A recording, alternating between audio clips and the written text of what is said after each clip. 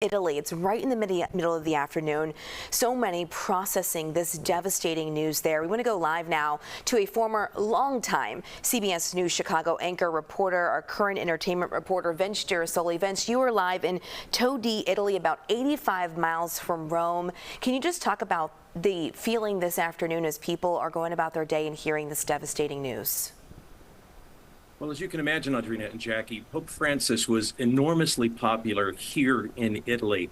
Italians identified with him very well. This is Easter weekend here in Italy, but it's a little bit different than what we've come to notice in the United States.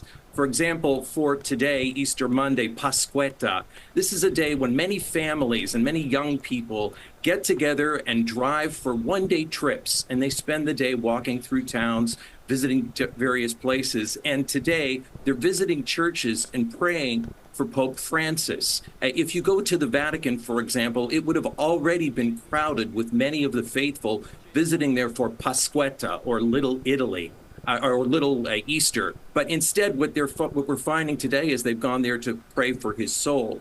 And you can hear cheers, actually, kind of similar to what you hear at soccer games. They're going, Papa Francesco, celebrating the fact that his soul is now in heaven with his Lord.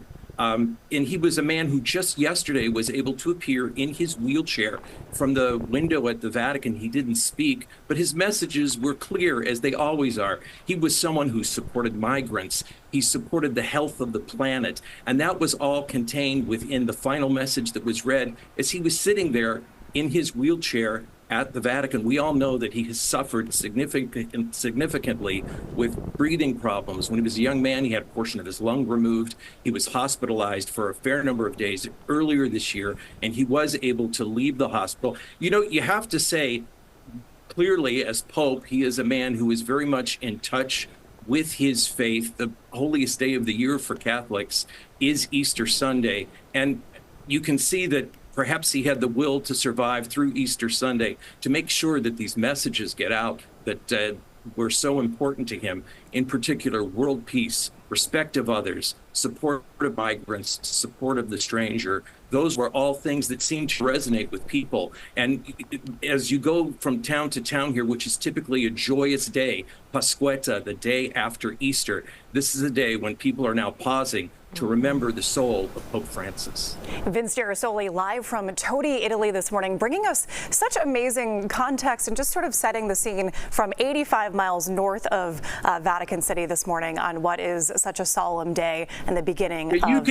You can hear the church bells pealing here Vince, for we gotta him. set it to break. They've been going off a little bit more than usual, just chiming and chiming, all for the memory of Pope Francis. Thank you, Vince. Thank you. And we'll be right back with more coverage.